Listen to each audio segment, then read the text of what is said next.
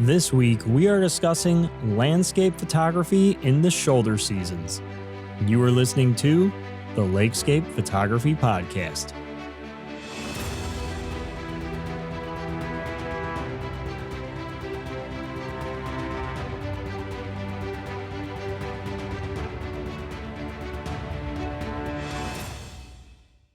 Hey everyone, and welcome to the LAKESCAPE Photography Podcast. I'm your host, Nicholas Albert, and this week we are talking about shoulder seasons in landscape photography.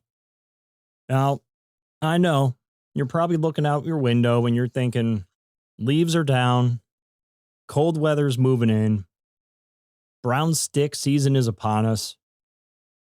What's next? You could hang up your gear, call it a year. I almost did. But I decided to take a little challenge. In my previous episode, I told you guys that I was looking into going to Garden of the Gods in Southern Illinois. And initially, I was going to, but the conditions down there, they weren't very favorable for fall color. I realized that most of the trees down there had just kind of turned brown, so I didn't end up taking the trip. And a buddy of mine reached out and he asked, hey, you want to go up to the Upper Peninsula and do some hikes? And I was like, you know what? Yeah, I've been wanting to do a late season Upper Peninsula trip like I mentioned previously. This is a great opportunity. Let's go do it.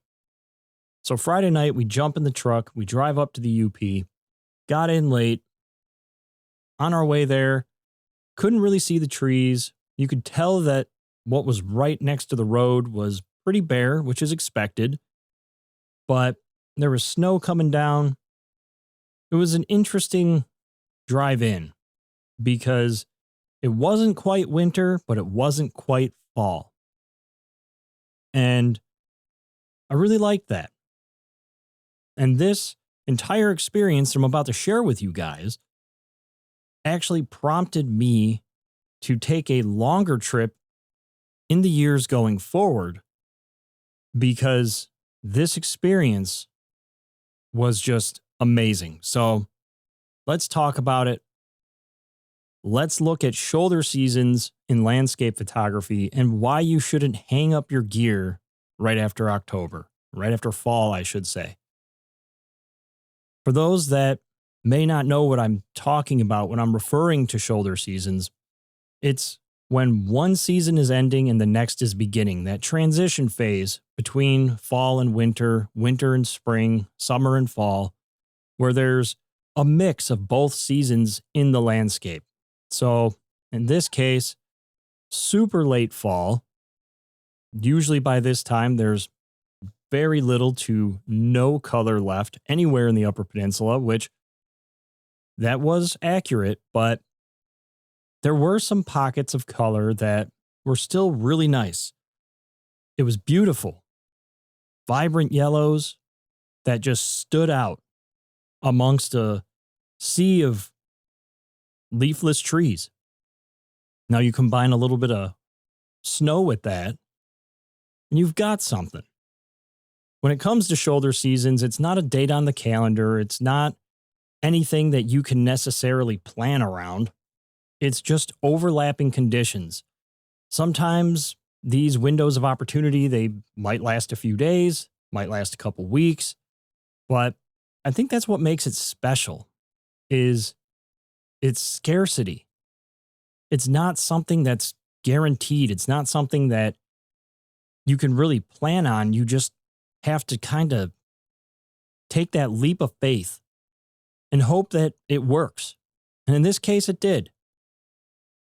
But it's that fleeting moment between two seasons that makes shoulder seasons so powerful for storytelling, especially in landscape photography. The mixed elements, the autumn color, the fresh snow. Maybe you find some bare branches with some lingering color. There's a few leaves hanging on. You find open water with a little bit of ice or waterfalls that are not fully frozen, some icicles hanging off of them here and there. It tells that story of transition, the change of the seasons. And this experience is really summed up in that alone.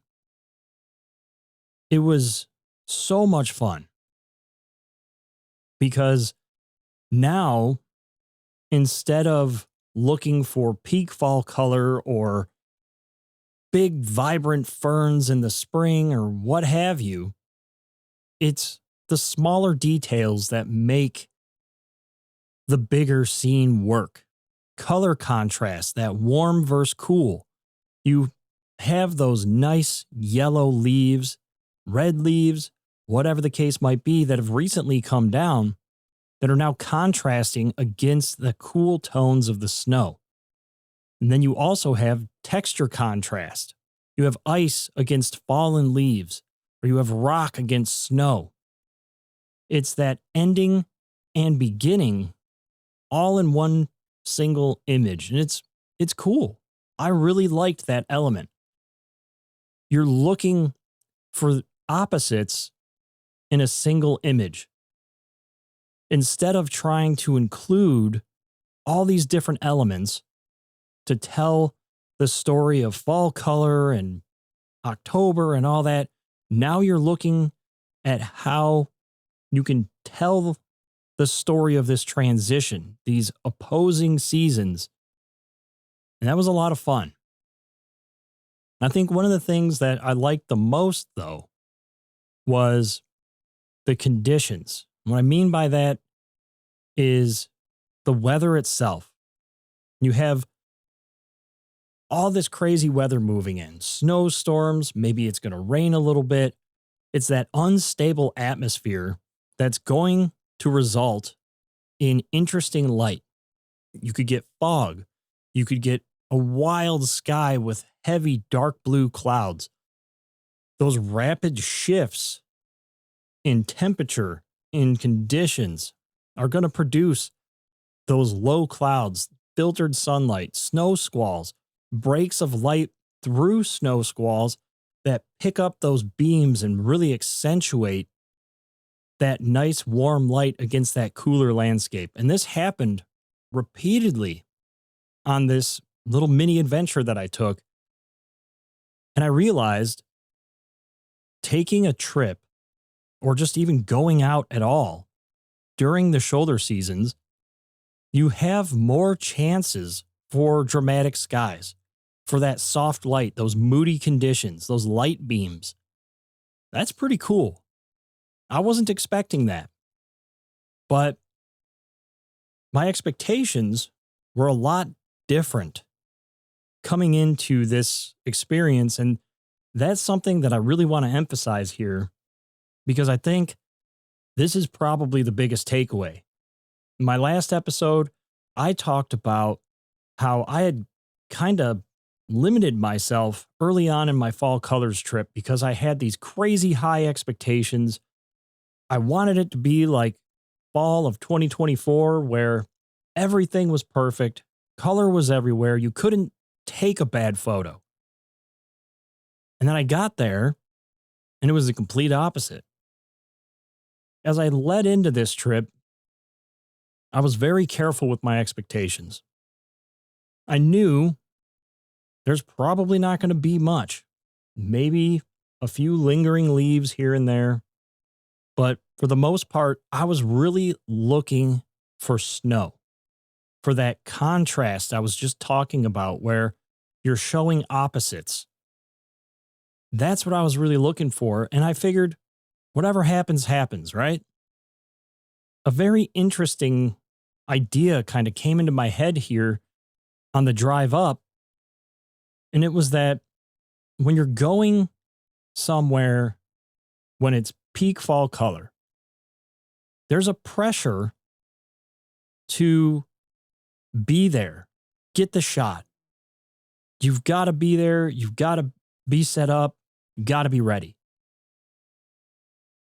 And I noticed that on my drive up, that wasn't there at all. Instead of peak season pressure of oh, I can't miss it. I've got to be there. I can't be early. I can't be late. I got to be there right on time. I've got to make this work.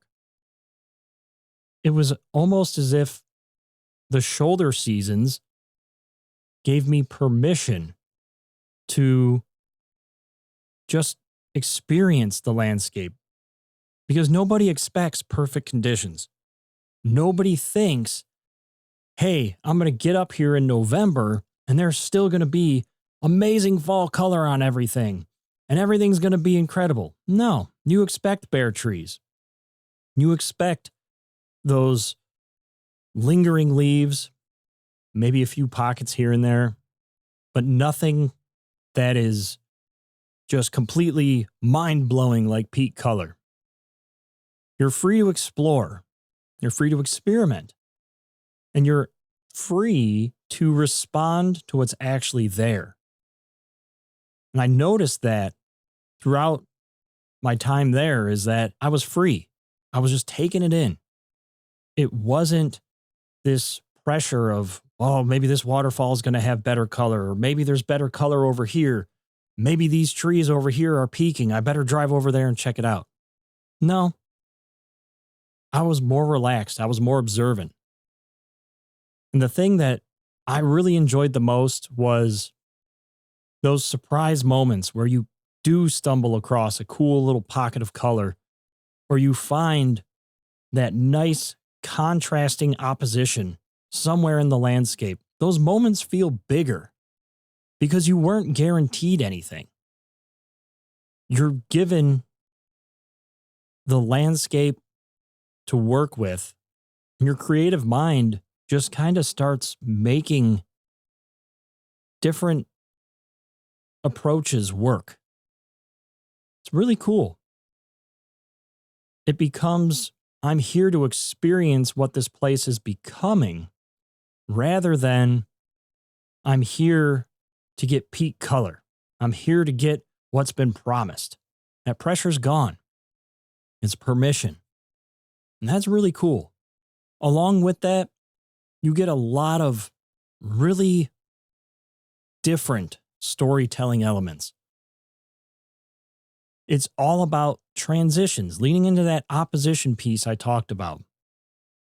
You're telling the story of change, the passage of time, resilience, how the landscape is adapting and changing with these seasons. It's a beautiful story. You find fallen leaves pinned under ice that still have color.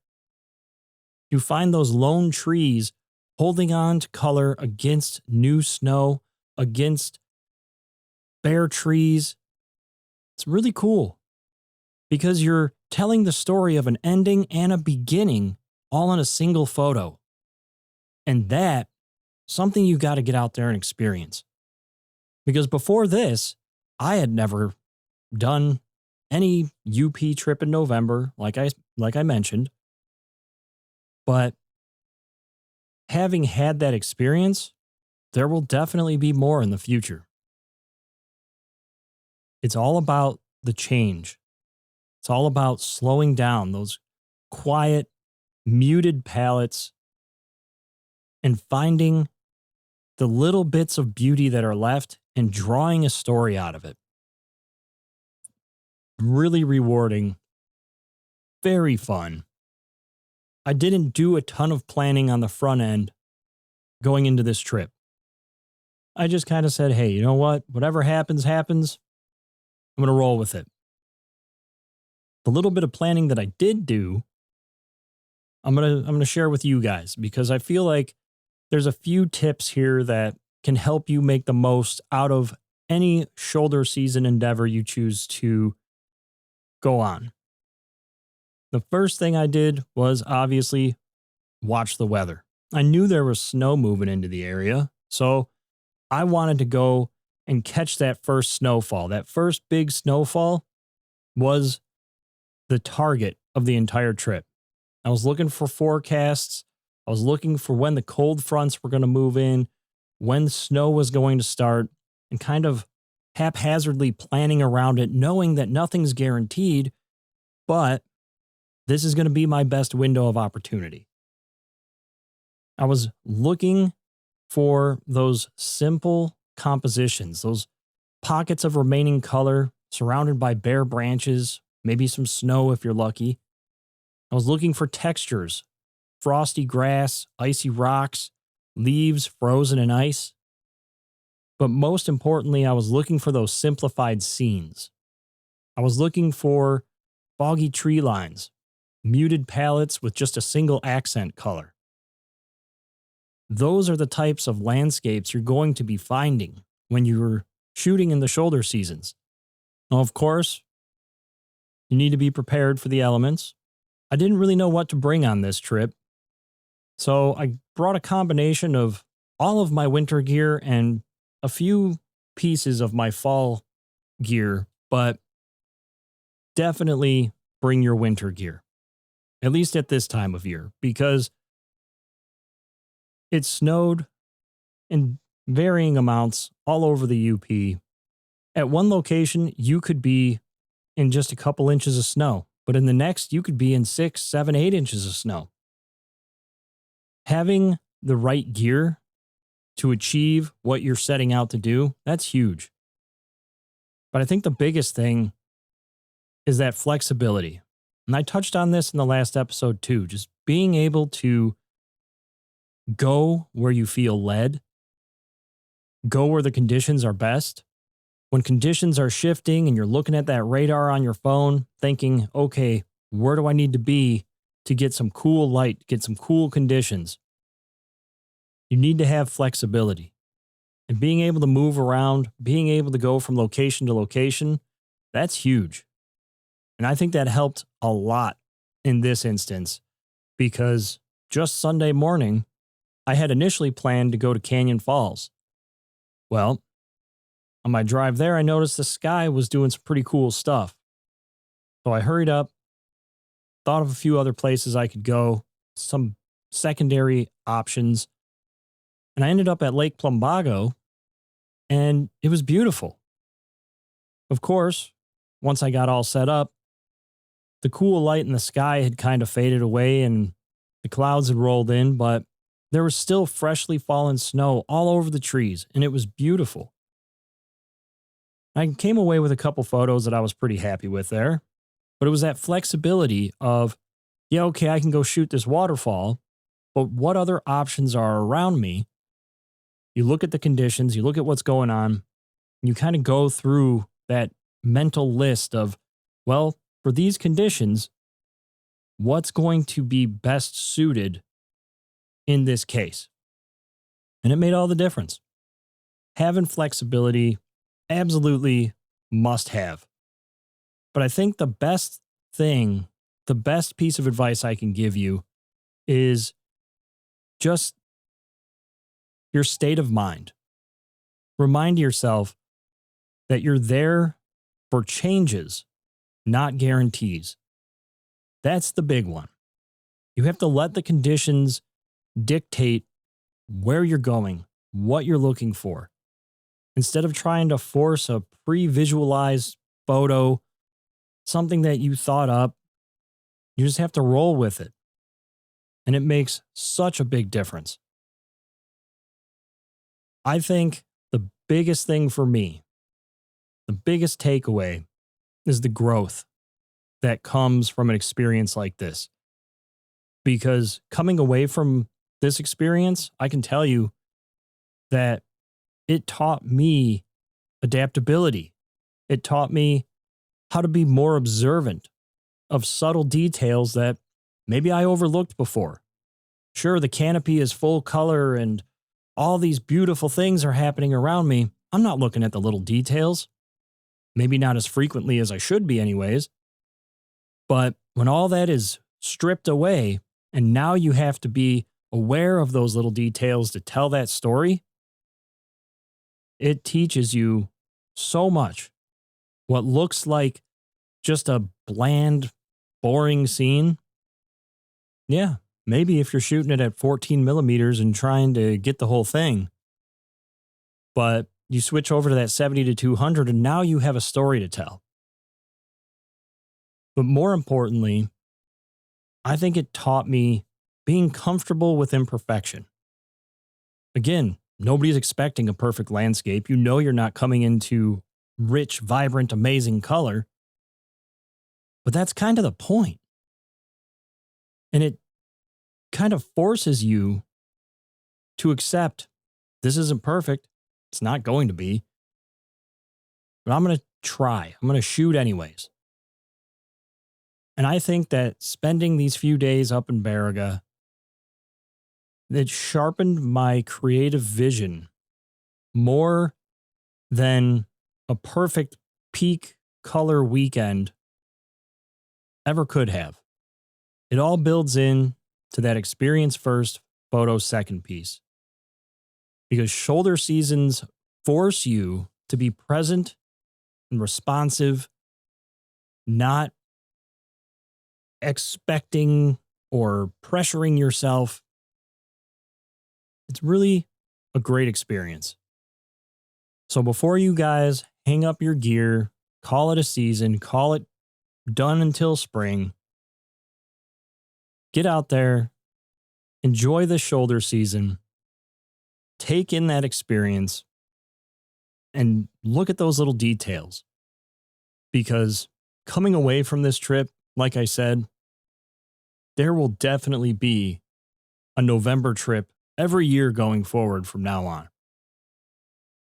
It's really, really cool, really exciting.